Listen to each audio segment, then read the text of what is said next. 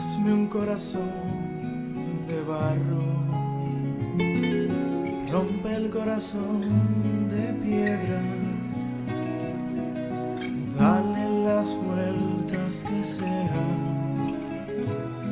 pero hazlo a tu manera.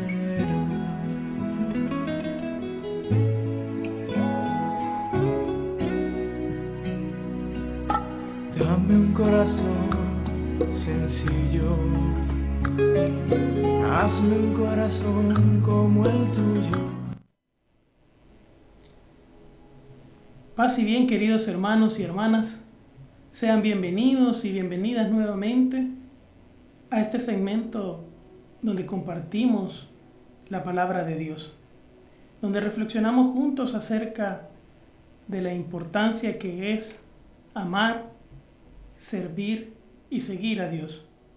Hoy, este día, nos ponemos en las santas manos de Dios, en el nombre del Padre, del Hijo y del Espíritu Santo. Amén. Señor Dios Todopoderoso, bendice hoy nuestra vida, bendice nuestro ser. Acompáñanos, Señor, a que toda palabra que sea proclamada sea para alabanza y gloria tuya por los siglos de los siglos. Amén. En el nombre del Padre, del Hijo y del Espíritu Santo. Amén. El tema que vamos a compartir hoy, queridos hermanos, se titula Cristianos conforme al corazón de Dios. La clase de personas que Dios está buscando, o podríamos llamarlo, ¿qué tipo de personas es la que Dios necesita encontrar? Y tenemos que ser conforme al corazón de Cristo, conforme a lo que Dios necesita en este tiempo de odio, de envidias, de individualismo, de pensar solo en mí, de que se me vea o se piense que este mundo es diferente, o me hago indiferente ante las situaciones que está viviendo nuestro país, nuestras sociedades, nuestra iglesia, nuestras familias, nuestras comunidades. Por eso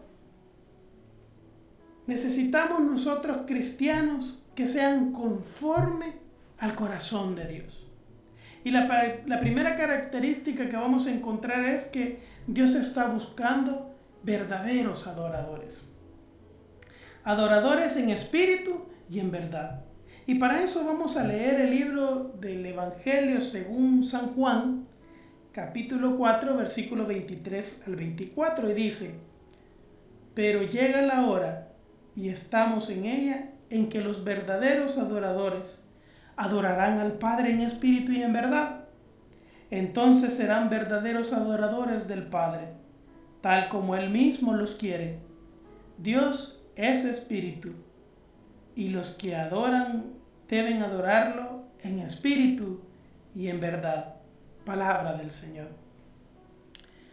Un verdadero adorador no es una persona que sabe adorar, sino una persona que adora a Dios en todo tiempo y con todo su ser.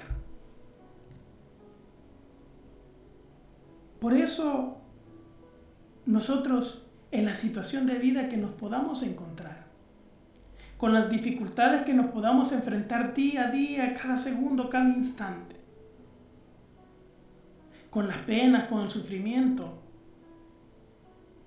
con las tristezas, debemos ser adoradores en espíritu y de verdad en todo momento y en todo lugar, bajo cualquier circunstancia.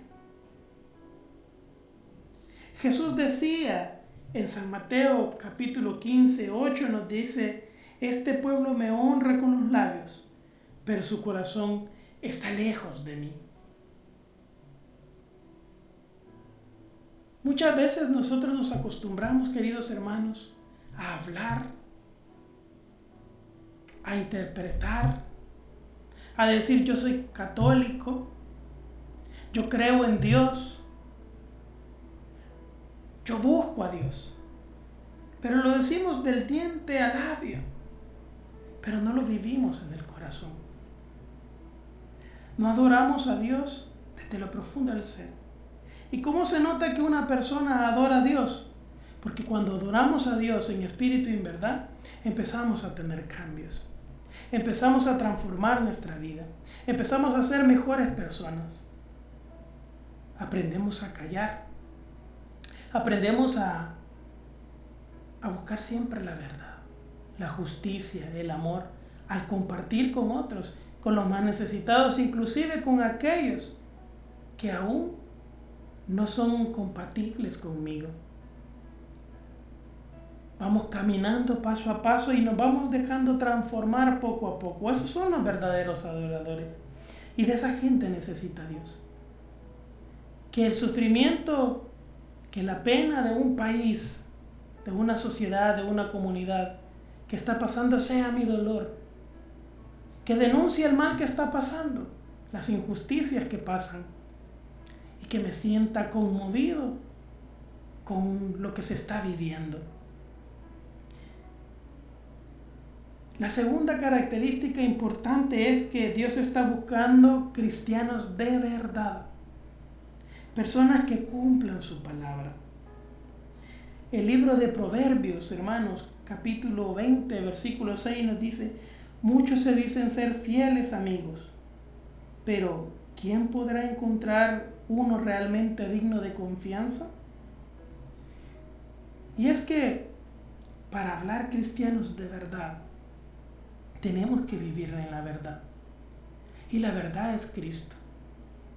En muchos de nuestros países latinoamericanos nos jactamos de que somos la mayoría cristianas, independientemente católicos o cristianos evangélicos. Y nos jactamos que somos la mayoría. Pero si analizamos profundamente nuestros países, nuestras comunidades, nos damos cuenta que existe la violencia, la maldad, la corrupción, la injusticia, el hambre, robo, asesinato. ¿Y por qué se da eso? Porque no estamos viviendo en la verdad. Porque somos cristianos de nombre, pero no de espíritu, no de acción, no de movimiento, no de aquello que nos hace ser convincente con nuestra idea y decir no a lo que hay que decir no. Y sí a lo que hay que decir sí. Ser correctos, tener una palabra que se cumpla y que la gente crea en nuestra palabra. Por eso nos estamos dando cuenta que hoy en día los cristianos, la gente no confía en nosotros. La gente no espera nada de nosotros. Y no creamos ese boom y no creamos esa conexión que lleve a la gente a Dios porque nosotros mismos no lo encontramos. Encontramos gente que pasa 15, 20 años rezando el rosario, siendo grandes oradores, pero al cabo de un tiempo terminan en una iglesia separada. ¿Por qué? Porque no vivió el evangelio de la verdad, porque no se comprometió con la verdad. Dice el libro de Proverbios, el que estábamos leyendo, capítulo 20, muchos se dicen ser fieles amigos, pero ¿quién podrá encontrar uno realmente digno de confianza? Dios espera de nosotros. Dios quiere que seamos sus amigos íntimos, sus amigos de confianza, en el que Él puede depositar sus proyectos, sus ambiciones, sus planes de salvar al mundo. El mundo no se va a salvar solo, el mundo necesita de hombres y de mujeres comprometidos con la evangelización, con la proclamación del evangelio. Muchos papas nos han hablado a nosotros acerca de hacer arder el evangelio, de una nueva forma de predicar. Pero ese nuevo ardor del evangelio, esas nuevas formas de predicar, esas nuevas formas de convencer a la gente, no lo vamos a lograr si yo no estoy convencido del trabajo como cristiano. Si yo no vivo un cristianismo puro y en verdad. ¿Qué tengo que cambiar? ¿Qué tengo que hacer nuevo en mi vida? ¿Qué tengo que corregir? El tercer punto es que Dios está buscando personas leales, afines, leales a Él. Dice el libro de Crónicas capítulo 16, versículo 9, porque los ojos de Yahvé recorren toda la tierra para fortalecer a los que le sirven de todo corazón. Miren qué importante, hermanos, es que los ojos de Yahvé recorren la tierra. Y hoy en día siguen recorriendo esta tierra porque necesita de gente leal. Gente decidida que esté dispuesta a hacer un gran cambio radical en su vida. Pero que no te vas a estar solo por ese cambio radical, porque cuando empezamos a hacer cambios radicales en nuestra vida, los amigos desaparecen. La gente de nuestro alrededor ya no quiere juntarse con nosotros. Pero Dios no nos va a abandonar. Muchos pensamos que el cristianismo es mucho más de lo mismo. Y el cristianismo lo vamos a hacer nuevo, lo vamos a renovar en la medida que nosotros seamos gente nueva. En la medida que nosotros seamos leales a la palabra de Dios. Y cuando se nos presenten situaciones de enojo, de ira, de injusticia, de desigualdad, podamos decir, esto no es correcto. Y esto no debo hacerlo. Y esto debo cambiarlo. Y esto debo corregirlo. Y entonces, para lograr eso, estos 3 puntos que hemos mencionado, adoradores, cristianos de verdad y personas leales, solo lo podemos lograr con que Dios está buscando gente de oración. Dios está buscando gente que profundice la oración. No que se aprenda oraciones mecánicas, que viva la oración, que la sienta, que la disfrute, que la goce, que penetre en lo profundo de su alma y que ese sentimiento de oración lo conmueva a un cambio de actitud, de emociones, de pensamientos, de sentimientos. Dice el libro de Ezequiel capítulo 22:30, he buscado entre ellos alguno que construyera un muro y se mantuviera de pie en la brecha ante mí, para proteger la tierra e impedir que yo la destruyera. Y no he encontrado a nadie. Es decir, la oración se vuelve un muro protector. La oración se vuelve un escudo, una fortaleza. Pero también la oración se vuelve una intercesión de misericordia por otros. ¿Cuántas catástrofes estamos viendo en el mundo naturales, sociales, políticas, económicas, en salud, en fe, en religión? Y somos indiferentes. Y no le pedimos a Dios misericordia por esas actitudes, por esas acciones que están pasando en el mundo. No esperemos la ira de Dios. Somos responsables nosotros de todas las situaciones que vive nuestra familia, nuestra comunidad, nuestra iglesia, nuestro gobierno, nuestros países, nuestros continentes. Porque no estamos orando como deberíamos de orar. Porque no sentimos el deseo de orar por otros. Oramos porque sácame de mi problema, sácame de mi dificultad, necesito dinero, saname esta enfermedad. Pero cuando es orar por otros nos parece aburrido. Cuando es olvidarme de mí, de mis problemas que los tengo, de mis dificultades que las vivo. Pero apartar eso y pensar que hay otros que necesitan más que yo. Hay otros que buscan una solución más pronta de lo que yo.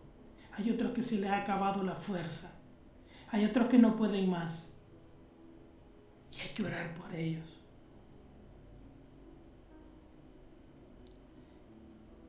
Dios es un Dios que no nos enferma. Él no quiere el mal para nosotros.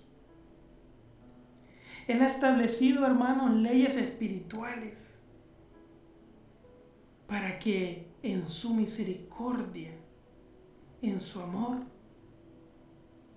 nos permita que nosotros intercedamos para que no caiga sobre nosotros la mano de Dios como castigo. Y nosotros necesitamos, hermanos, ser gente de oración. Y que no nos pase lo que dice el libro de Ezequiel, que cuando él necesitó, alguien se pusiera en la brecha y que intercediera a favor de la tierra. Tristemente, no encontró a nadie. Tengamos un cambio de actitud. Es que Dios está buscando personas con estas características para que en el nombre del Señor hablen, en el nombre del Señor denuncien al mal y en el nombre del Señor anuncien la buena nueva. Dice el libro de Hechos capítulo 13 versículo 22: depuso a este y le suscitó como rey a David, de quien precisamente dio este testimonio. Oigan, he encontrado a David, el hijo de Jesé, un hombre según mi corazón, que realiza todo lo que yo quiera. Palabra de Dios. Aquí la pregunta del millón sería, hermanos, ¿qué hizo David para conquistar el corazón de Dios?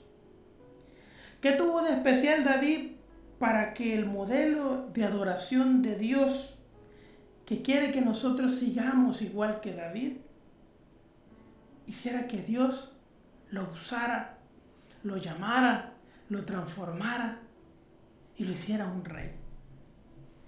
¿Qué hizo David entonces para lograr todo eso? Dice el libro de Hechos capítulo 15 versículo 16: después de esto volveré y reconstruiré la tienda de David, que estaba caída. Reconstruiré sus ruinas y la volveré a levantar. ¿Por qué?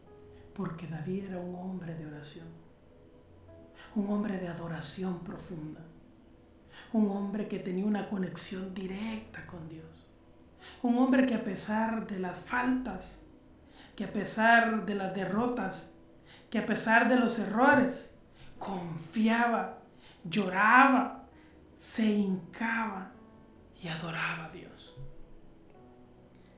La primera prioridad de David era la presencia de Dios. Mire qué interesante. Lo primero que hizo David cuando lo coronaron rey fue traer el arca del pacto de la nueva alianza, el lugar donde Dios habitaba. Miren qué interesante lo que hace este rey. Lo primero que hace es traer el arca del pacto de Dios. Entonces aquí la pregunta sería, ¿es esa nuestra prioridad? Que cuando iniciamos un negocio, que cuando nos casamos, que cuando nos proponemos proyectos nuevos en nuestra vida, lo primero que pensamos es tener la presencia de Dios cerca de nosotros, hacer nuestro a Dios, ponerle a Dios nuestros proyectos, nuestras metas, nuestros fines. Lo acercamos a Dios. Le decimos, este proyecto es para ti. Esta nueva familia que vamos a formar es para ti. Hacemos eso. La pasión de David era la casa de Dios. Esa era la pasión de David, estar en la casa de Dios, sentirse cerca de Dios. David lo dijo: lo único que le pido al Señor, lo que más anhelo, es vivir en la casa del Señor todos los días de mi vida, deleitándome en la perfección del Señor y meditando dentro de su templo. Miren lo que dice el Salmo 27, versículo 4. Una cosa al Señor solo le pido. La cosa que yo busco es habitar en la casa del Señor mientras dure mi vida, para gozar de la dulzura y cuidar de su santuario. Una cosa le pido al Señor, y es habitar en la casa de Dios. ¿Cuánto le pedimos habitar en la casa de Dios, Padre? A muchos decirle, busquemos habitar en la casa del Padre, nos da miedo porque pensamos que es morirnos. Entonces San Pablo nos damos cuenta que cuando se enamoró, se entregó completamente a la causa de Dios. Dice aquella hermosa frase, ya no vivo yo, mas Cristo vive en mí. Para mí el morir es Cristo. Habitar en la casa del Padre no es muerte. Habitar en la casa del Padre es que me basta su presencia y lo demás son añadiduras. Porque si tengo a Dios en mi casa, lo tengo todo. No pasaré hambre, no pasaré sed, no pasaré tristeza, no pasaré amargura, no pasaré soledad, no pasaré divorcio, no pasaré enfermedad, pobreza espiritual, económica. Porque lo tengo todo en Dios. Entonces, ¿por qué pasamos dificultades grandes? ¿Por qué pasamos emproblemados y peleando? Porque no tenemos a Dios como centro de nuestra casa.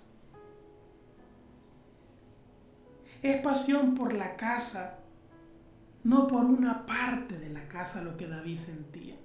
Muchos sentimos pasión por unas partes de la casa de Dios. Y la idea es sentir pasión por toda la presencia de Dios. A algunos solo les apasiona dentro de la casa a mí lo que me gusta es la liturgia nada más. Hay otros que dicen, a mí solo lo que me gusta es la alabanza, y cierta alabanza, no todas las alabanzas. Otros pueden decir, a mí lo que me gusta es rezar el rosario, pero ir a misa no me gusta. Otros pueden decir, a mí lo que me apasiona es escuchar predicar a alguien, pero no vivir una homilía y una eucaristía completa y sentirme fortalecido de la presencia de Dios. Es decir, nosotros tenemos que anhelar toda la casa, no parte de la casa. David anhelaba, dice el Salmo, toda la casa.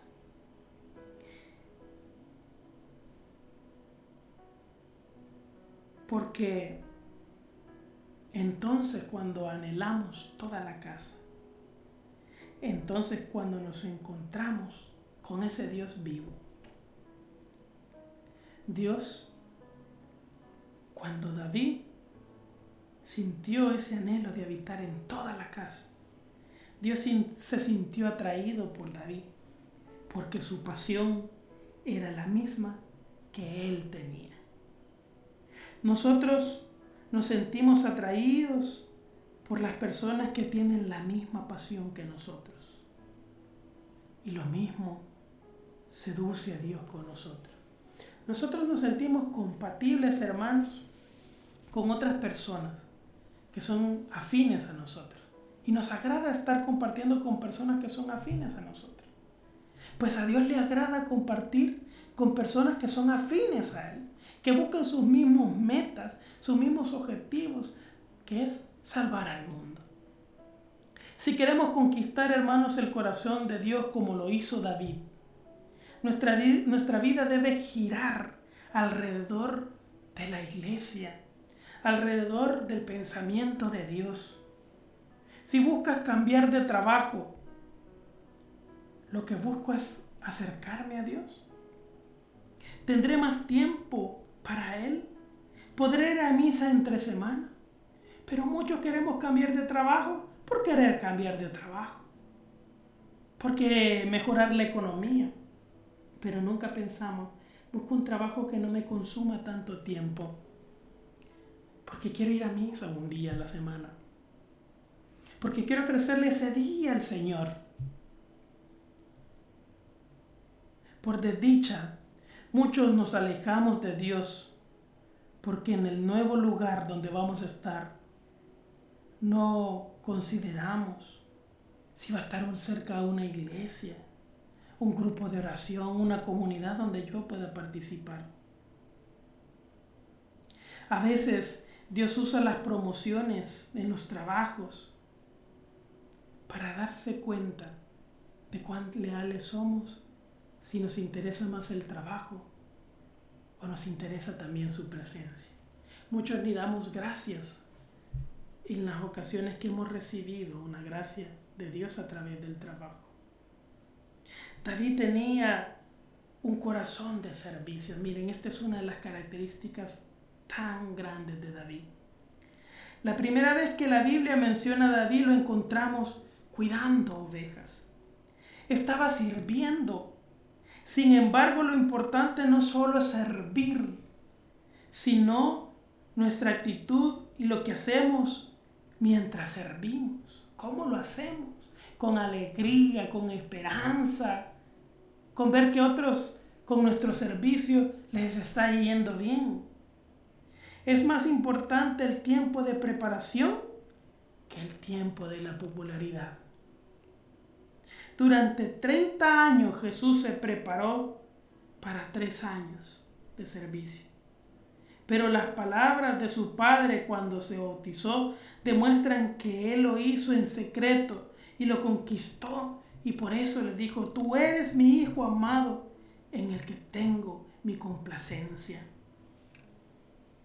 Para muchos hermanos que piensan que leer en la Biblia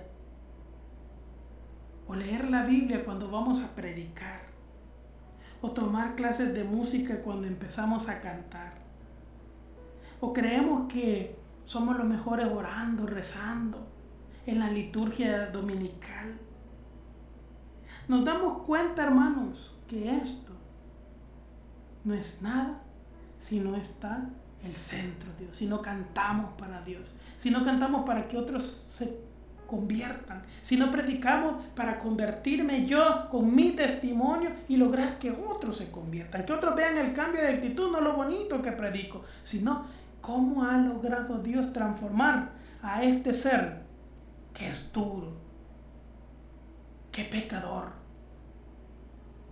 que le cuesta seguir al Señor. A mí me cuesta seguirlo. Y para mí no es un orgullo estar en esta radio predicando. Para mí es una vergüenza. Porque siendo pecador, Dios me tiene aquí. Y trato de cambiar cada día, cada instante, cada segundo, para ser diferente. Y para que con mi testimonio otros crean en que hay un Dios salvador. Entonces la pregunta sería: ¿cómo aprovechó David su tiempo mientras cuidaba las ovejas? Se preparaba, oraba, tenía un acercamiento con Dios. Gracias a esto tenemos una cantidad de salmos que hasta el día de hoy cantamos, leemos y con ellos oramos. David se inspiró y escribió el Salmo 23 mientras cuidaba sus ovejas. Y es un hermoso salmo. El Señor es mi pastor. Miren ese salmo, qué precioso. Tantos salmos que hablan sobre rebaños.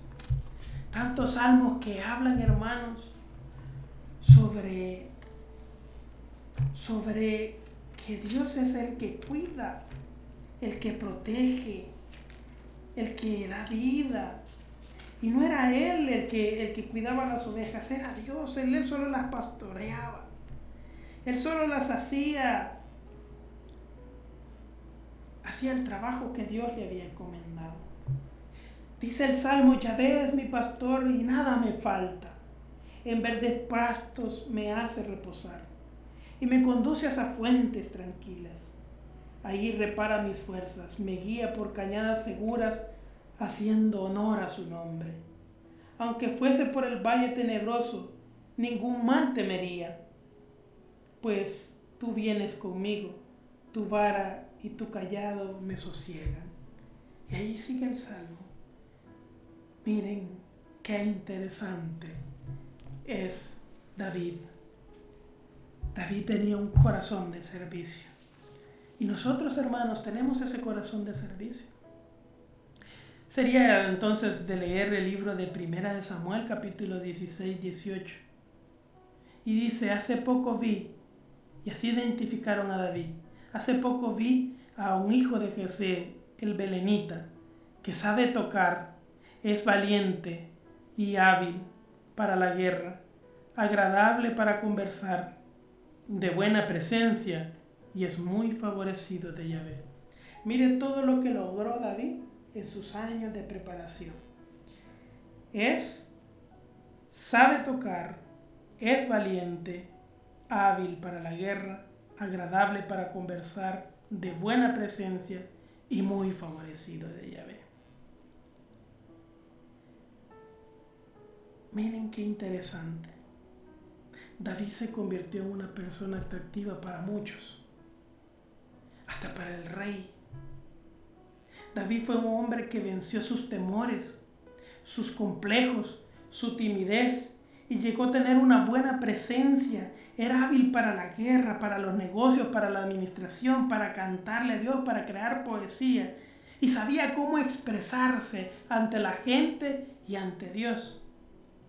Porque David era un rey puesto porque complacía a Dios, porque su corazón era afín a los planes de Dios.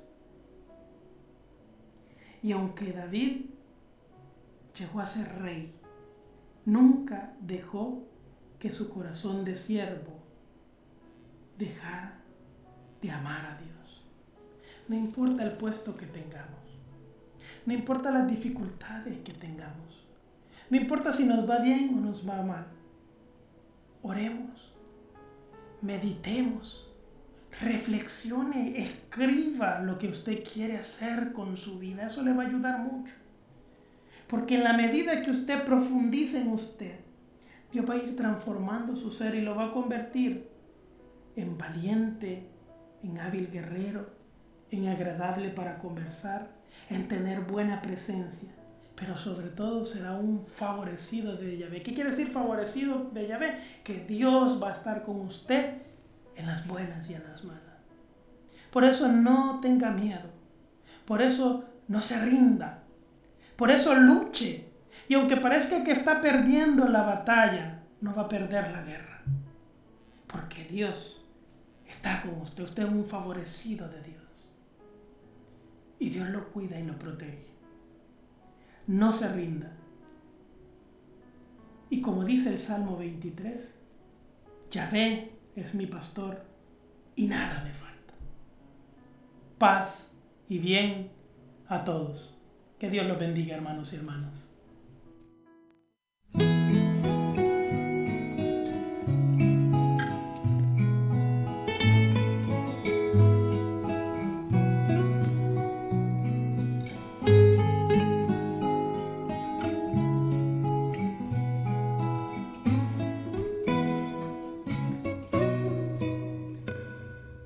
Hazme un corazón de barro, rompe el corazón de piedra, dale las vueltas que sean, pero hazlo a tu manera.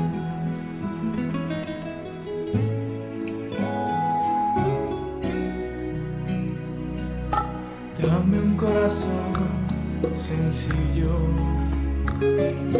hazme un corazón como el tuyo, usa la forma que quieras, pero hazlo